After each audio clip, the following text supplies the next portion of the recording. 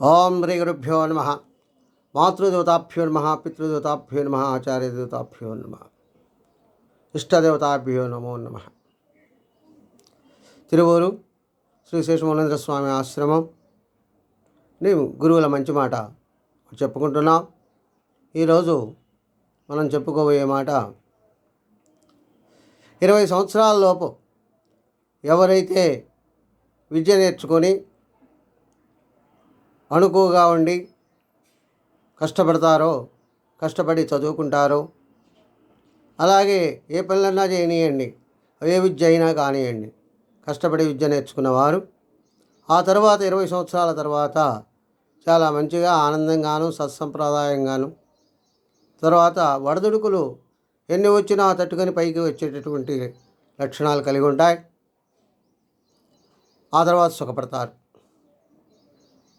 అదే 20 సంవత్సరాల లోపు తల్లిదండ్రుల దగ్గర విద్య సరిగా తెలుసుకోక లగ్జరీగా ఆనందానికి సుఖపడి ఆనందాన్ని అనుభవించి ఎవరైతే జల్సా చేసి కాలం గడుపుతారో, పని కానీ విద్య కానీ అశ్రద్ధ చేసి దాన్ని పరిపూర్ణంగా నేర్చుకోకుండా ఉంటారో, ఆ 20 సంవత్సరాల తర్వాత వారు ఎప్పుడూ కూడా కష్టపడుతూనే ఉండాలి.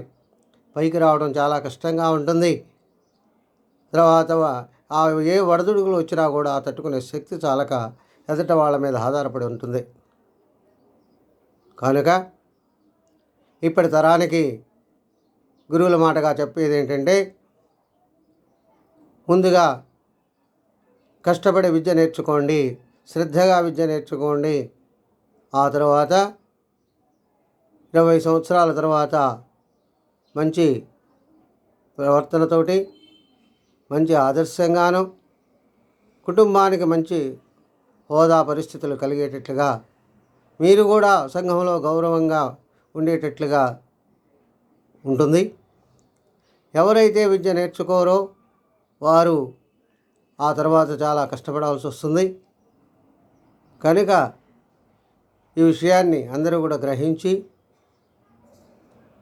పిల్లలకి విద్య నేర్చుకునేటట్లుగా సహకరించవలసిందిగా తెలియజేస్తున్నాం.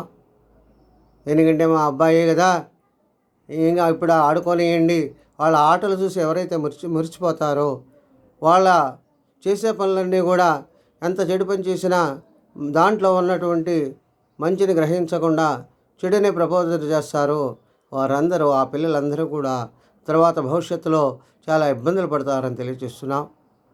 స్వస్తి. సర్వే జనా సుఖినో భవంతు. అందరూ బాగుండాలి, అందరిలో మనం ఉండాలి. ఓం శాంతి శాంతి శాంతి.